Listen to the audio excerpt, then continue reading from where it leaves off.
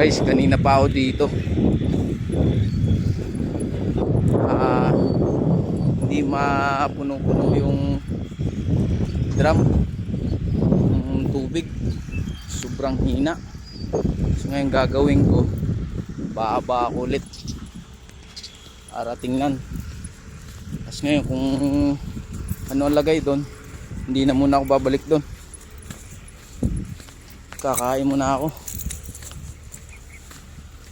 Sir, may mabibila na pagkain doon? Meron dyan. Tapos ngayon ang problema ko, ito rin pala ang disadvantage kapag nasa high rise ka.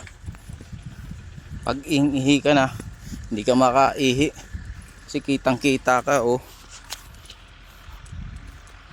Wala kang